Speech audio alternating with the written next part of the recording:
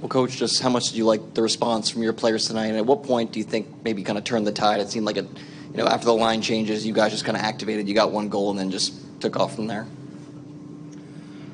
I guess we spent some time talking about after the last game that we didn't really like the way we looked.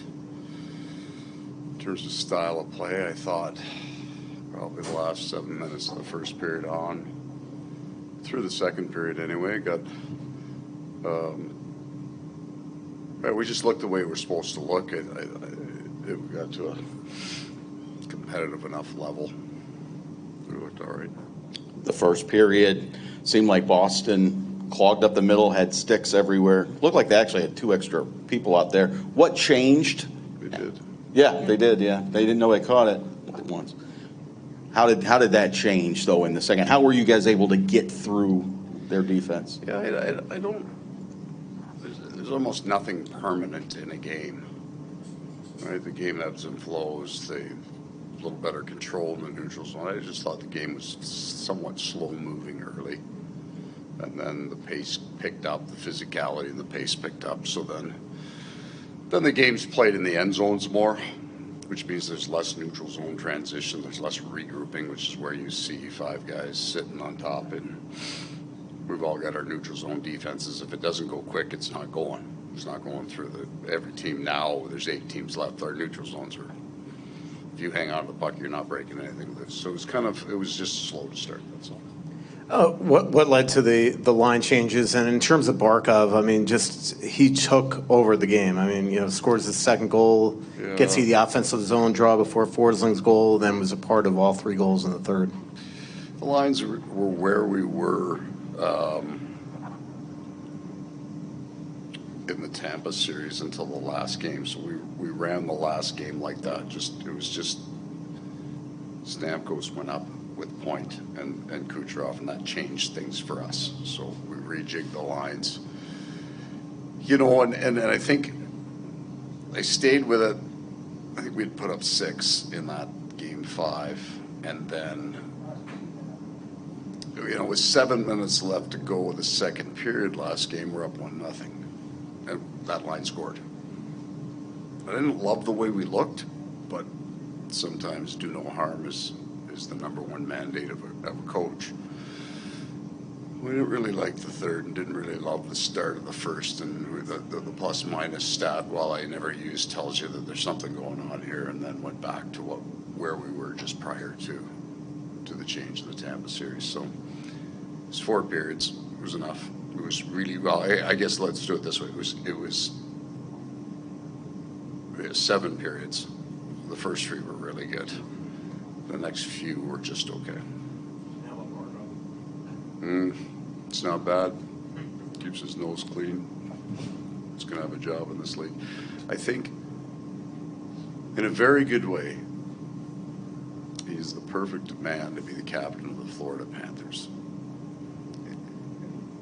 Part of it is nobody really... Let me answer this question. The thing that I heard the most when I came here is you have no idea how good Barkov is. Fuck, I got a TV. I got a pretty good idea. It's not my first game. I've seen just about every playoff anyway. They were right. And he's better this year than he's ever been. So there's a bunch of pieces added to his game. I think he had 9 hits tonight. We're not trying to turn him into a hitter. And we all understand that the hits are now skewed. I'm not saying they're wrong. They're just different than they were 4 months ago. He's just faster, stronger. Really impressive guy. Paul, Steven Lorenz, second time in the playoffs, coming up with a big moment for you guys. The jolt that he gave you guys on the bench when he tied the 1-1, what did that do for you guys? You know what? Inflection points, you're always looking for that. And sometimes it's the things you don't understand, the why of it. But that was like our bench was jacked on that. Now, it's a big goal, right? It's an important time. But there was a lot of emotion brought into our bench with that. Of course, the playoffs, you have to become a team. I don't even know if I can explain this well. It's really important that the players that do the hard stuff, they get a reward. And he scores that goal, and everybody's about 3 inches higher when they jump up right there. And now he gets to walk around the room different, so it's a good thing. There's obviously a moment, or 10, it seems like, in every playoff series where emotions get cranked up. That moment with Matthew and Pasternak, what is that going to do to the energy going forward? It won't change a thing, but man, you're going to see that on the highlights, are you not? Over and over and over again. I think it's a good thing. You got 2 elite offensive players. I mean, Chucky's a 100-point guy all day long.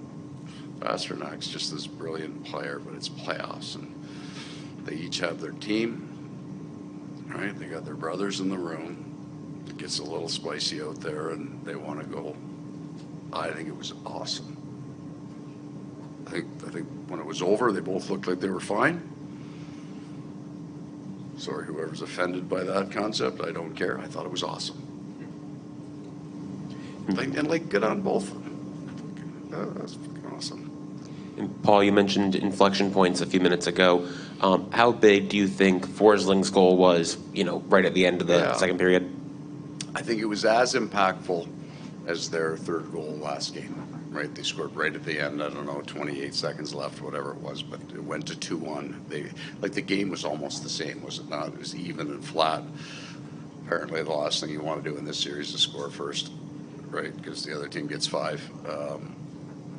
It's big because both teams are well-built, hard defensive teams when they need to be, and they both teams have great goaltending. So you get to the 3s and the 4s, it's going to be a tough comeback.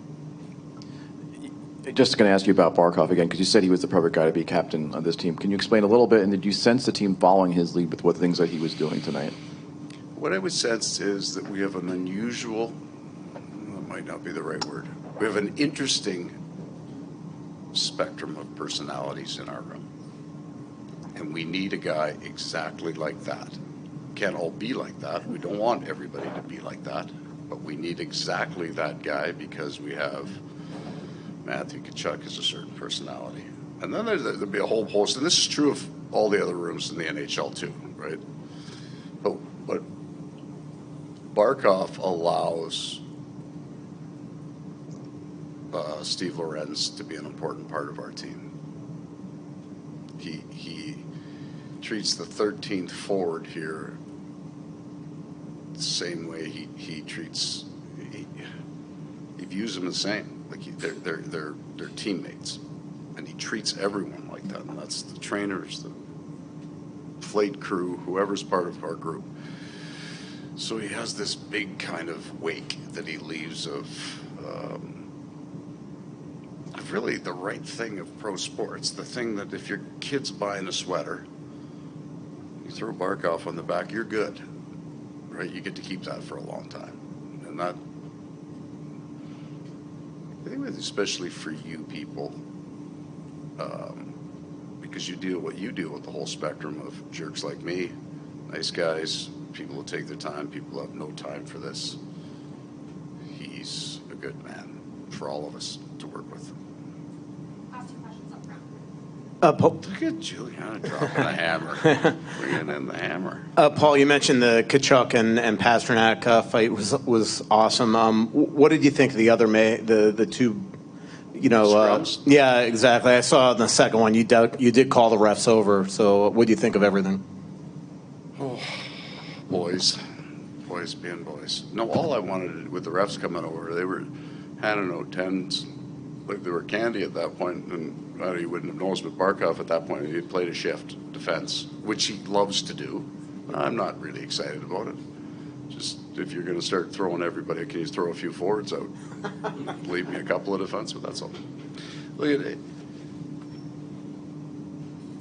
It's just a game, and these guys play hard and they care about their teammates. The energy gets up and everybody, well, that was good. If you paid money to come to the rink tonight, you had a hell of a night. You've talked a number of times about eyeballs and television ratings and playing outdoor, whatever. Games like this. I know where you were going with that at the start. I gotta be like, eyeballs and assholes is a complete. I did not say that. That is a defensive zone coverage concept. And I thought you were going D-zone on me. I was not. Okay. You like hot dogs? You know what they're made of? You guys, I mean, a night like tonight, I mean, is going to draw. I mean, Friday night's game in Boston. George, you might get cut off here. I'm just telling you. How wild is Boston going to be for Game 3? And what do you think the It's gonna TV be ratings are going to awesome be for after the- this? It's awesome for the sport, right? At the end of the day, you got a whole bunch of people who are going to the game in Boston. Then better than that, you got all their families at home. And they got the Bruins sweaters on, and they got their uncles coming over because they always do on playoff time. And everybody's got their routine. It's phenomenal. I remember, you guys have been to Winnipeg. They played in the conference final. And you basically drive through residential streets to get home. It's not a big highway system there. And then we had, maybe it was game 6. I don't know. It was game 1. We won. And you're driving home. And everybody's lights, like the windows are open. And there's just cars everywhere in the driveways because everybody's got something going on at their house. So in each house, in each place, there's a story. There's a family story there. And then maybe they don't get to go to the rink, but do you remember where you were when, right? So all the people in Vegas, the 7-year-old kids that watch the game that they won, they'll never forget that, right? It'd be no different for me growing up in the Sioux Greyhounds and we're listening to it on the radio. Like that's what's great about the playoffs because a whole lot of people in South Florida who maybe never thought of hockey as their thing are having a big night tonight because the Panthers won.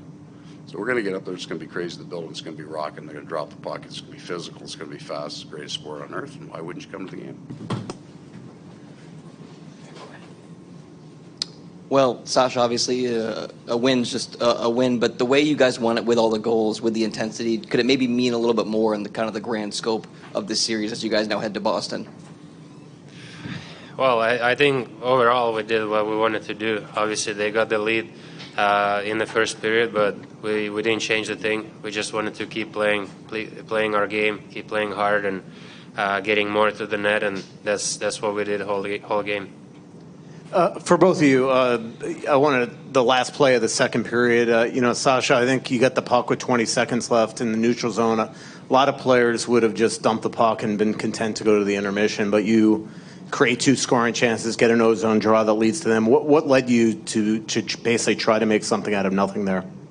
I think I was fresh, still on the ice, and I know they were still on the ice for a while from the previous shift, so I just skated by them, tried to skate by them, get it in the zone, and got the puck in the middle. Rhino was there, he was open, so, and obviously it was huge goal by Forsling after that. Made us feel a little more comfortable going in the third.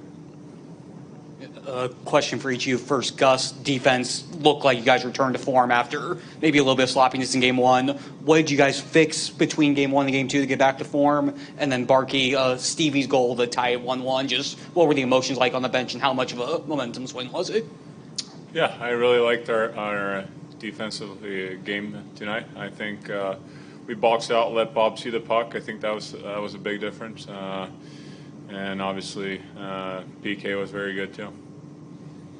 Yeah, Renzo's goal was huge too. Like I know, we needed that to get going. We were all over the net. We just couldn't find the bounce. But it was great shift by them and great game by them. And they got the goal. They got us going. So it was great. Wanted to ask, how was Barkey on defense there at the end?